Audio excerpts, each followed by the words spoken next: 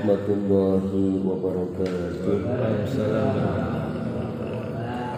Innal hamdalillah nahmaduhu wa nasta'inuhu wa nastaghfiruh wa natawakkalu bihi wa na'udzu billahi min syururi anfusina wa min sayyiati a'malina may yahdihillahu fala mudilla lahu wa may yudlil fala hadiya lahu. Jamaah salat subuh yang dimuliakan Allah Ta'ala, kembali kita bersyukur kehadirat Allah Ta'ala. Salawat dan salam semoga terlimpah curah kepada junjungan kita Nabiullah Nabi Agung Muhammad Sallallahu Alaihi Wasallam. Semoga terlimpah pula kepada keluarga, sahabat, dan kepada kita selaku umatnya fitini dunia hatta akhirah. Allahumma amin. Marilah kita lanjutkan pembacaan hadis Fadhilatus Shadaqah bab anjuran zuhud dan qanaah. Masih berada di hadis yang lalu dengan penjelasan lanjutannya. A'udzu billahi minasyaitonir rajim. An Khalid bin Ali al-Juhani radhiyallahu anhu qala sami'tu Rasulullah sallallahu alaihi wasallam yaqulu man balaghahu ma'rufun an akhihi min ghairi mas'alatin wala israfi nafsin falyaqbalhu wala yaruddahu fa innama huwa rizqun saqahu Allah azza wa jalla ilaihi. Rawahu Ahmad wa Ibnu Hibban wa Hakim. Dari Khalid bin Ali Juhaini radhiyallahu anhu berkata bahwa ia mendengar Rasulullah sallallahu alaihi wasallam bersabda, barang siapa yang diberi sesuatu oleh seseorang tanpa meminta dan mengharap sebelumnya, hendaknya jangan menolak pemberian itu. Pemberian itu merupakan rizki dari Allah yang telah diberikan kepadanya. Hadis riwayat Ahmad, Ibnu Hibban, dan Hakim. Keterangan hadisnya sebagai berikut, kelanjutan dari kemarin. Selain kebiasaan Rasulullah SAW, banyak pula kisah yang menyebutkan kebiasaan para tabi'in dalam menerima sebagian hadiah dan menolak sebagian yang lain. Pada suatu ketika, Fatah bin Syakraf rahmatullah alaih diberi hadiah berupa sekantung uang yang berisi 50 dirham. Kemudian ia mengambil 1 dirham dan mengembalikan sisanya karena ia pernah mendengar Rasulullah SAW bersabda, barang siapa diberi tanpa mengharap maka janganlah ditolak, karena hal itu merupakan rizki dari Allah Subhanahu wa Ta'ala. Hasan Basri rahmatullahi juga memiliki kisah serupa. Ia pernah diberi seseorang berupa sekantung dirham dan 10 kain tipis dari kurasan. Akan tetapi ia mengembalikan semua pemberian tersebut seraya berkata, barang siapa duduk di tempat yang saya duduki ini, apabila ia menerima pemberian dari seorang, maka ia akan bertemu dengan Allah SWT pada hari kiamat tanpa mendapatkan apapun, karena kemungkinan ia telah mendapat upah dari kerja agamanya atau ceramah-ceramahnya. Ubadah radhiyallahu anhu mengatakan bahwa saya mengajarkan Al-Quran kepada ahli sufah. Kemudian datang seseorang yang memberi saya sebatang busur panah. Terbesit dalam pikiran saya, harta ini tidak seberapa. Busur panah ini akan aku pergunakan untuk berjihad fisabilillah. Kemudian ketika saya menanyakan hal tersebut pada Rasulullah SAW, beliau bersabda, apabila engkau lebih suka lehermu dikalungi busur panah neraka, maka ambillah pemberian itu. Hadis riwayat Abu Dawud. Berdasarkan sabda Rasulullah SAW dan tindakan Hasan Basri rahmatullah alaih tersebut, menerima pemberian bagi seorang alim ulama dan penasihat agama sangatlah berat hukumnya. Meskipun demikian, Hasan Basri rahmatullah alaih pernah menerima hadiah dari teman dekatnya. Ibrahim Tayani rahmatullah alaih menerima hadiah 1 atau 2 dirham dari teman-temannya. Ada pula sebagian ulama besar yang pernah menolak pemberian ribuan dirham, dan sebagian yang lain berkata, bawalah dahulu harta ini, aku akan merenungkannya. Sampaikanlah kepadanya, apabila pemberian ini akan meningkatkan persahabatan kita, maka aku akan mengambilnya. Akan tetapi apabila sebaliknya, maka aku akan menolaknya.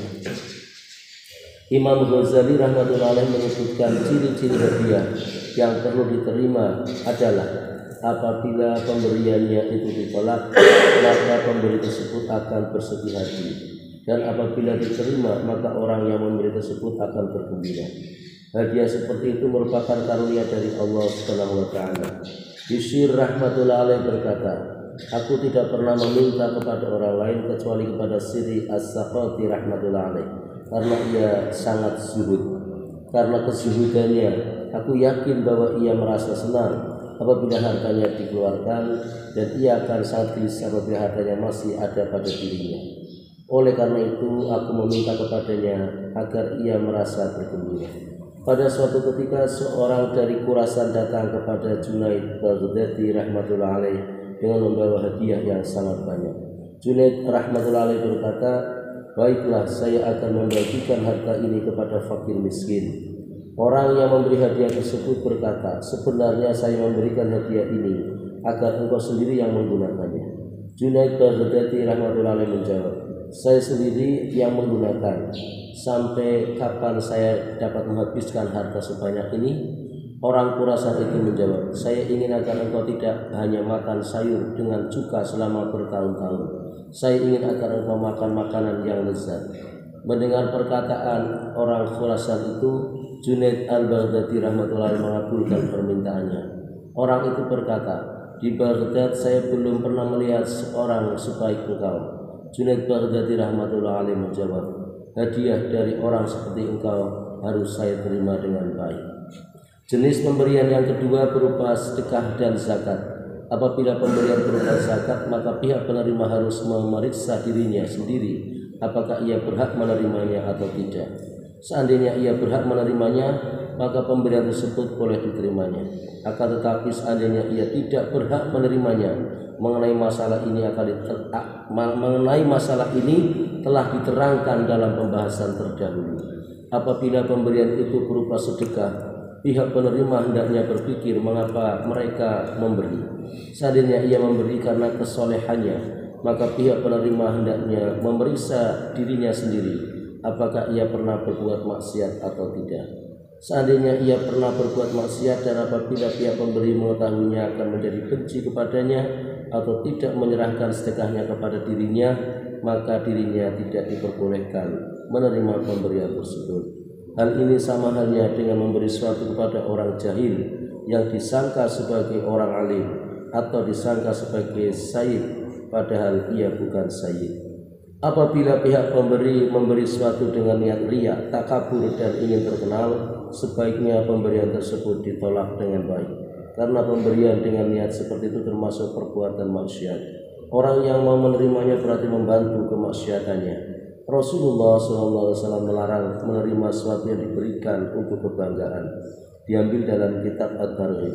Sufyan As-Sauri rahmatullah alaih pernah mengembalikan sebagian hadiah diterimanya seraya berkata, apabila saya yakin bahwa orang yang memberi tidak menceritakan dengan bangga mengenai pemberiannya, maka saya akan menerimanya. Ia juga berkata bahwa pihak pemberi yang menceritakan pemberiannya dengan bangga kepada orang lain, maka hilanglah pahalanya. Berarti ia telah beramal tanpa pahala dan telah menyia-nyiakan hartanya. Masih cukup panjang penjelasannya, semoga dapat kita lanjutkan pada kesempatan berikutnya. Mudah-mudahan Allah Ta'ala senantiasa menjaga diri kita dari memberi ataupun menerima dengan niat bukan karena Allah. Maka kita andaikan bisa memberi, baik itu hadiah, zakat ataupun sedekah, maka kita niatkan hanya karena Allah Ta'ala. Pemberian kepada orang lain jangan sampai menyakiti orang yang menerimanya. Ya, kadang-kadang sering terjadi di sosmed, ya, kita sering melihat ada orang berbagi tapi di foto di upload ya gitu ya, kemudian dan sebagainya, karena ini niatnya adalah ikhlas barangkali tidak masalah.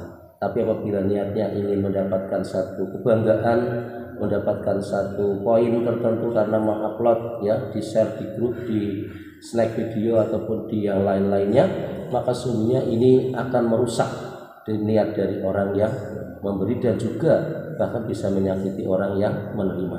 Maka Islam mengajarkan begitu indah di dalam kisah yang kita dengarkan bersama tadi, bagaimana seorang alim bersikap, bagaimana seorang tabi'in bersikap, bagaimana Rasulullah SAW memberikan contoh yang baik. Mudah-mudahan menjadi satu ibrah bagi kita untuk senantiasa menjaga lurusnya niat kita di dalam kita beramal, baik pada awal kita beramal, pada saat kita beramal, dan setelah kita beramal. Insyaallah demikian. Dan mari kita tutup bersama dengan doa kafaratul majlis. Subhanallah wa bihamdihi, subhanakallah wa bihamdika, asyhadu an la ilaha illa anta, astaghfiruka wa atubu ilaik. Assalamualaikum warahmatullahi wabarakatuh.